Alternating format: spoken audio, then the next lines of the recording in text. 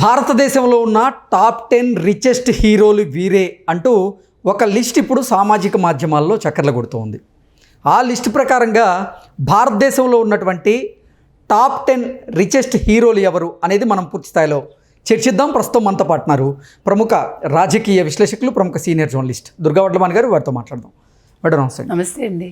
భారతదేశంలో ఉన్న top 10 richest హీరోలు వీరే అంటూ ఒక లిస్ట్ సామాజిక మాధ్యమాల్లో చక్కర్లు కొడుతోంది.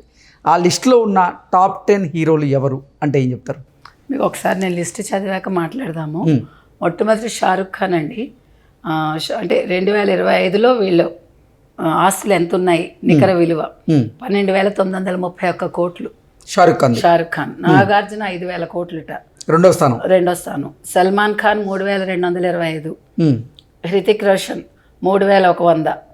అక్షయ్ కుమార్ 2,250 కోట్లు. ఆమీర్ ఖాన్ 1,860 కోట్లు. చిరంజీవి 1,750 కోట్లు. అమితాబ్ బచ్చన్ 1,680. వెంకటేష్ 1,650. రామ్ చరణ్ 1,630. సో ఇలా చూసుకుంటే అంటే ఇప్పుడు చిరంజీవి అలాగే రామ్ చరణ్ ఇద్దరు వచ్చారు, కానీ నందమూరి కుటుంబం నుంచి బాలకృష్ణ గారి పేరు కానీ ఎన్టీఆర్ పేరు కానీ ఎక్కడా లేదు. అదే అందుకే వస్తున్నా. ఇప్పుడు 7వ స్థానంలో ఉన్న చిరంజీవి 10వ స్థానంలో ఉన్న రామ్ చరణ్ని కలిపితే మళ్ళీ 3వ స్థానానికి వచ్చేస్తారు వీళ్ళు. ఓకే, వాళ్ళ ఆస్తులు. అదే విధంగా మీకు ఇతను ఎవరు, వెంకటేష్ కూడా అంతే. ఇప్పుడు రాణా వీళ్ళందరూ మొత్తం వాళ్ళ ఆస్తులు తీసుకుంటే వాళ్ళు కూడా 4వ ప్లేస్కి రావచ్చు, లేకపోతే 3వ ప్లేస్కి రావచ్చు. అంటే తెలుగు వాళ్ళు ఫస్ట్లో అయితే లేరు, కాకపోతే సెకండ్లో ఉన్నారు తెలుగు వాళ్ళు. నాగార్జున 5,000 కోట్లు.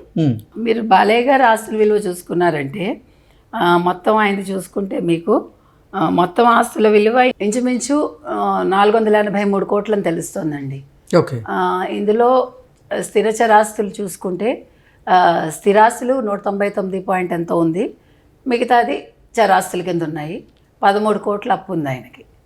అదేవిధంగా సీనియర్ ఎన్టీఆర్ గారికి 500 కోట్ల వరకు ఉండేది అప్పట్లో, అంటే అప్పట్లో.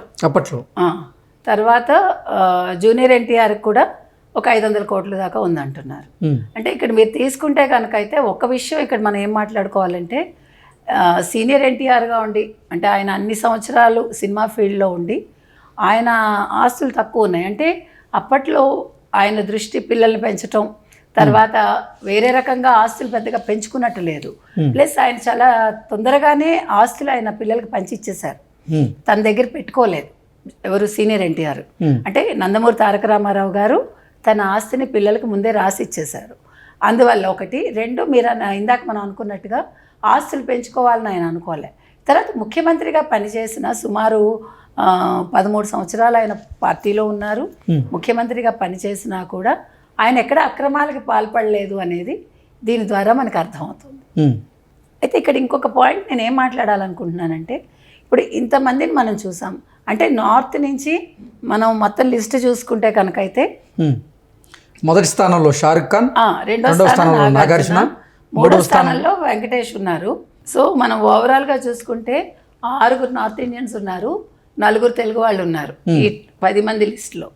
అంటే నేను అనేది ఏంటంటే, మనకి ఎంత కాదనుకున్నా నార్త్ సినిమాలు మొత్తం భారతదేశం అంతా చూస్తాయి కాబట్టి వాళ్ళ ఆస్తుల విలువ పెరుగుతుంది. మన సినిమాలు కన్ఫైన్ అయ్యేది ఎక్కువ దక్షిణాదికే.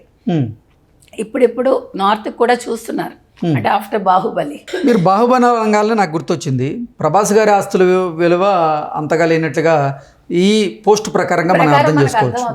అంటే మన వాళ్ళు ఖర్చు పెట్టడంలో చూపించే చొరవ ఆస్తులు కూడబెట్టుకోవడంలో చూపించడం అనేది అర్థమవుతుంది మనకు. ఒకటి.